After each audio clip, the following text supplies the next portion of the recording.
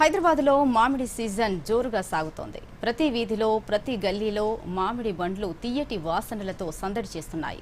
పెద్ద రసాలు, సఫేదా, దసేరి, లంగ్రా రకరకాల మామిడిలో చెక్క బండ్లపై అందంగా అమర్చి ఉన్నాయి. కానీ ఈ రుచుల రాజ్యంలో ఒకే ఒక రకం అందరి హృదయాలను కొల్లగొడుతోంది. అదే హిమాయత్ మామిడి. దీని గురించి ప్రత్యేక కథనంలో ఇప్పుడు తెలుసుకుందాం. హిమాయత్ మామిడి, దీన్ని ఇమాం పసంద్ అని కూడా పిలుస్తారు.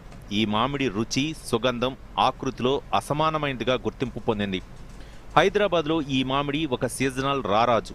నిజాముల కాలంలో రాజు ఆస్థానాల్లో ప్రత్యేక స్థానం పొందిన ఈ మామిడి ఒకప్పుడు ఇంగ్లాండ్ రాణికి కానుగ్గా కూడా వెళ్ళిందని చెప్తారు. హైదరాబాద్లో మాత్రం నిజాములు ఈ రకాన్ని తమిళనాడు నుంచి తెచ్చి తమ తోటల్లో పెంచి రాజగౌరవం ఇచ్చారని ప్రసిద్ధి.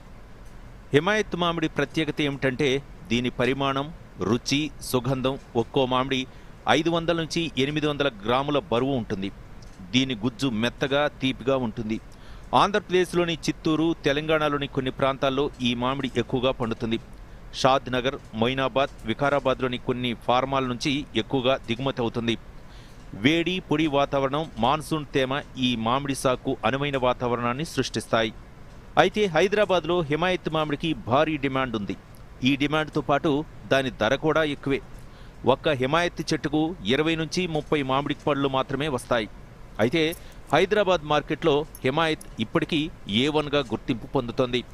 హిమాయత్ మామిడి కేవలం రుచికే కాదు, ఆరోగ్య ప్రయోజనాలకు కూడా ప్రసిద్ధి. ఇందులో ఫైబర్, విటమిన్లు సమృద్ధిగా ఉంటాయి.